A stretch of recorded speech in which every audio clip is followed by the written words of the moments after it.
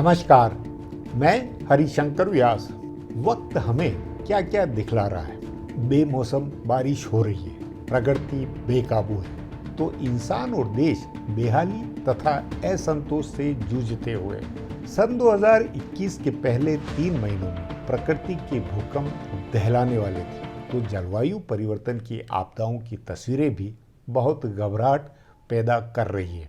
कई मायनों में बाढ़, बर्फबारी, लड़ाई की सुर्खियों और फोटो से सतह पर जो दिखलाई दे रहा है, उससे अधिक सतह के नीचे रोजमर्रा के जीवन में गड़बड़ है।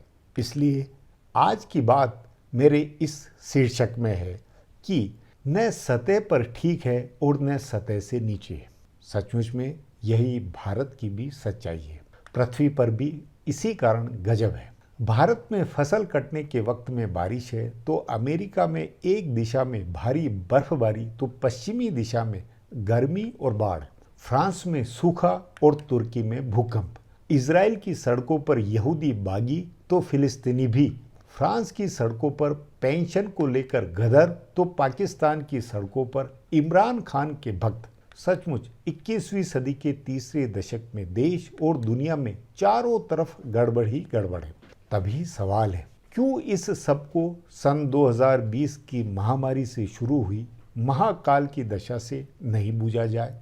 जरा भारत की हकीकत को बूझें। 2020 के बाद से शुरू सिलसिले को देखें। कोविड से भारत में लोगों की लावारिस मौतों का पहलू खौफनाक अनुभव था, मगर महामारी के खत्म होने के बाद अब क्या सीन है? क्या लोगों की पुरानी नॉर्मल सेहत लौटी है?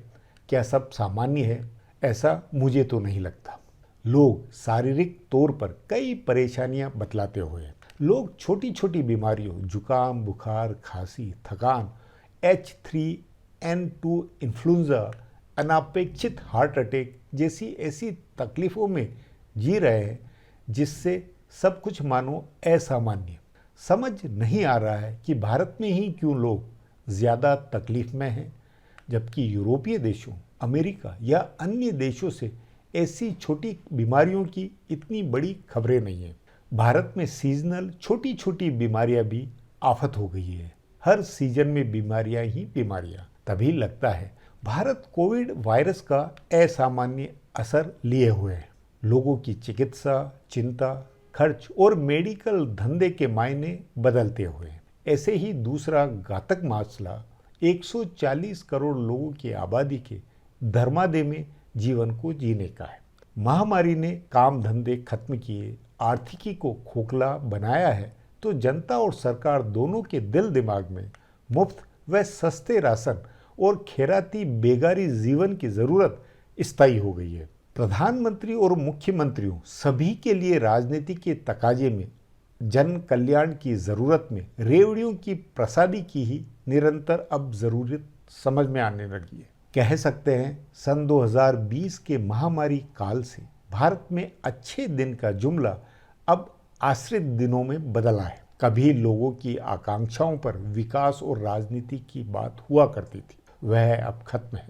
वायरस और चीन के असर को भारत सरकार के स्तर पर जांचे तो महामारी और चीन दोनों के कारण मोदी सरकार कड़की में लगातार है। सरकार पेट्रोल व डीजल की महंगाई सहित आम महंगाई की अनदेखी को मजबूर है, तो इसलिए है कि सरकार की पहली चिंता अब अपनी रेवेन्यू की है। इसलिए कोविड वायरस ने जहां जनजीवन की कमर को तोड़ा है, वहीं चीन की रीति नीति से सरकार की आर्थिकी, उसकी विदेश नीति की कमर भी टूटी है। सीमा पर सेना को तैनात करना पड़ा है, तो सेना के बजट से लेकर सामरिक, कूटनीति व भू राजनीति की उलझनें भी कम नहीं है। बहरहाल अब जरा भारत के सिलसिले में कोरोना के असर की बारीकी को बूझे, और इसका मेरा शीर्षक है, देश समाज पर कोरोना का लगातार और बड़ा असर।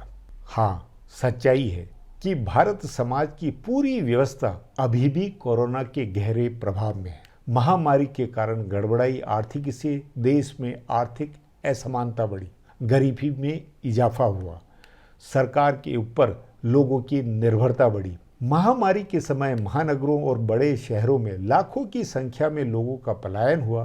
लोग अपने गांवों में लौटे जिसकी वजह से रोजगार की मनरेगा योजना के तहत काम मांगने वालों की भीड़ बहुत बढ़ गई है। आज़ादी के बाद के सबसे बड़े पलायन के दौर में केंद्र सरकार ने गरीबों के लिए 5 किलो अनाज की योजना शुरू की थी। प्रधानमंत्री गरीब कल्याण अन्न योजना के नाम से शुरू हुई योजना अभी भी चल रही है। लगभग 3 साल तक सरकार देश के 80 करोड़ लोगों को 5 किलो अनाज बिल्कुल मुफ्त देती रही और बाद में अब 5 किलो अनाज राष्ट्रीय खाद्य सुरक्षा योजना के तहत सस्ते दाम पर मिल रहा है। सरकार ने अभी 5 किलो सस्ते अनाज की योजना बंद की है, लेकिन प्रधानमंत्री गरीब कल्याण अन्न योजना में 5 किलो मुफ्त अनाज की योजना 1 साल और चलेगी। देश के 81.35 करोड़ लोगों को 5 किलो मुफ्त अनाज मिलेगा।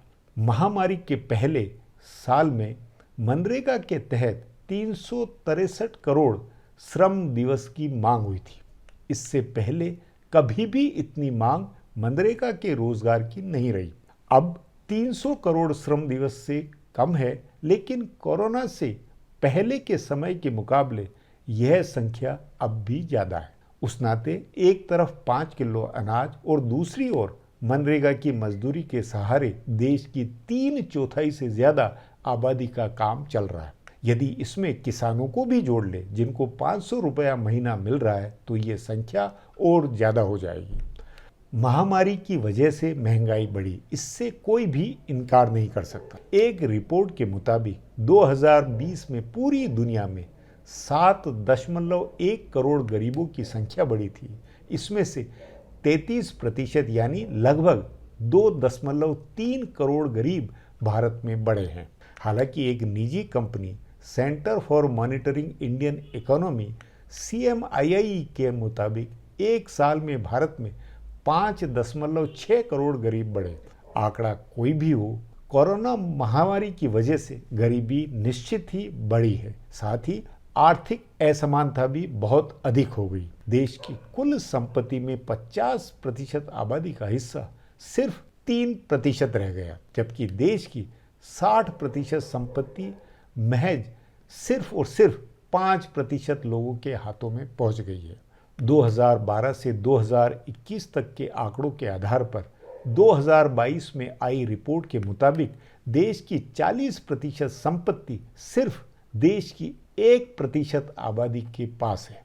भारत में 2020 में 102 अरबपति थे, जिनकी संख्या 222 में 166 हो गई। यानी महामारी के 2 साल में भारत में 64 नए अरबपति पैदा हुए।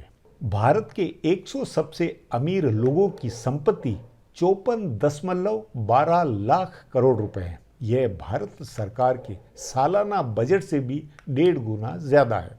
इस सबसे देश में गरीबी बनाम अमेरिकी असमानता के आगे क्या असर होंगे, इसका अनुमान लगाया जा सकता है। सो कुल मिलाकर महामारी और चीन के कारण भारत कितनी विकट स्थिति में फंसा और लगातार उसके कैसे असर में है, ये सचमुच में सोचने वाली बात है।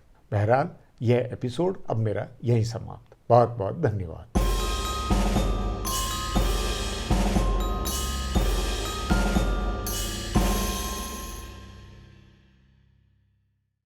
Do not forget to subscribe to our channel for all the latest gossip on politics and my take on world affairs.